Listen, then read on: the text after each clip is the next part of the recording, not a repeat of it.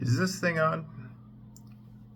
The next in the aggression series is focused on a psychological concept known as self-efficacy. And it's a bit of an interesting one in terms of how I'm going to philosophically sort of link it to aggression, but I think I can. So what self-efficacy is I think it's ability primarily, but it's also a psychological state. So self-efficacy, and it can apply to any type of behavior. It's the belief that you have the ability to succeed in a task. And the thing is that this belief does not necessarily have to be rational. It just has to be, you hold a belief that you can complete a task. Now, when it's supported rationally, then you are more likely to continue it. But when the idea that you believe you can succeed in a task often influences the continuation of performing that task. How does this relate to aggression? Well, it relates to aggression in sort of both how people perceive themselves and how people perceive their ability to interact with others. And it can sort of also be sort of looked at through the prism of personality disorders. For example, psychopathy. A psychopath that has high self-efficacy would potentially do more physical damage to other people, knowing that they themselves think they can succeed in causing physical damage to other people. Now, psychopaths, they do not necessarily want to be violent. Like, it's not, psychopaths are not always just wanting to see the world burn. They're just wanting to get the most of what they want. Sometimes what they want is seeing the world burn, so it's kind of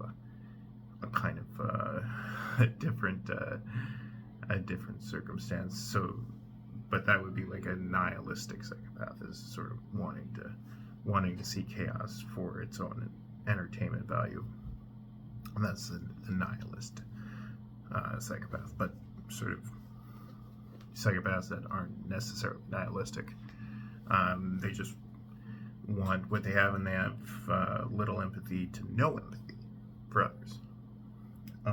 So self-efficacy, if they believe they can do something, they will do it. And well, not necessarily they will do that, but like continued support, continue to potentially seek it if they believe they can do it. If they don't believe they can do it, they would be less likely to seek it. So that's self-efficacy. In terms of aggression too, the reverse can also lead to aggression. If somebody believes that they can't do something, if somebody believes that they can't, I'm going to try to tie this to sort of the sexual side of things, because a lot of what I've been focused on has been more the economic side of things in terms of aggression. But on the sexual or the social side of aggression, if someone believes that they lack the skills to get a person romantically interested in them or sexually interested in them, so not necessarily romance in terms of having a long-term relationship, but just having sex. If someone believes that they are unable to do that, this could potentially create an aggression pathway in their thinking, in that if they think that they would never be able to attract another person to themselves, they might decide the only way they will be able to is through force. Now, that's not like in terms of like percentages. If there was hypothetically, let's say 5% of the population that says, hey, I don't think I'd ever be able to physically attract someone to me, I don't think 100% or even 50 or even 30% would then reach the conclusion I must force somebody. I don't believe that.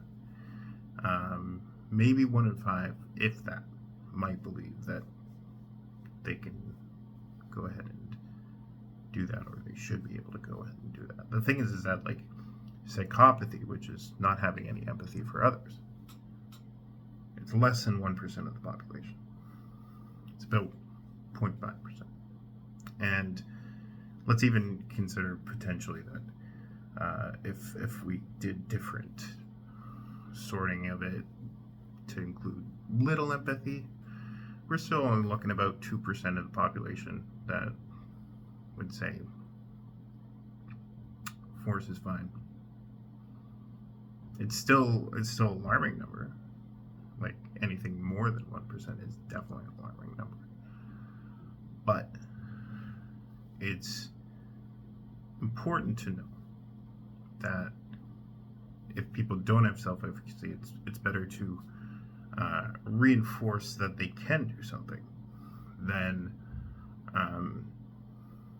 to assume that they will become violent. I think that is a better solution.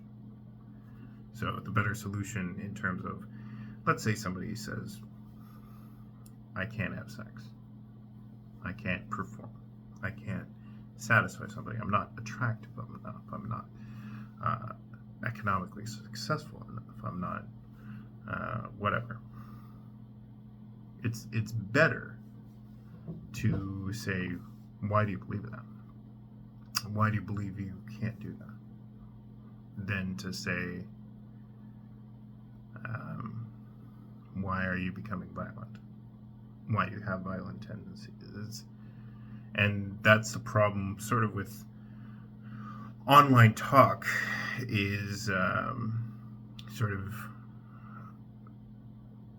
people have a tendency online to resort to their worst natures, to assume their worst natures. And I think that's detrimental.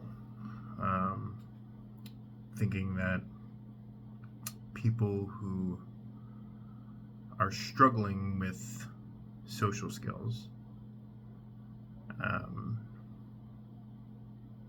are immediately antisocial.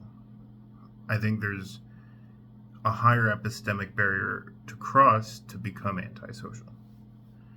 Antisocial behavior to me is purposefully trying to emotionally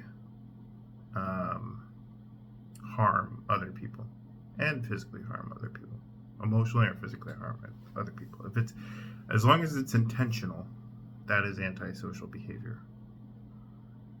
Intent matters. If it's not intentional, it can be corrected. It could be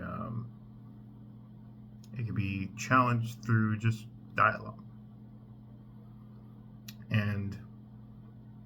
And so the overall statements related to efficacy, self-efficacy, is if you believe you can do something, there's a higher likelihood that you will do something. If you don't believe you can do something, there's a higher likelihood you won't do it. So the best thing to do is increase self-efficacy in pro-social behaviors and decrease self-efficacy in antisocial behaviors. Simple. Not always easy. I definitely want to say thank you so much for your time. Feel free to share your thoughts in the comments below. And I will see you in the next one.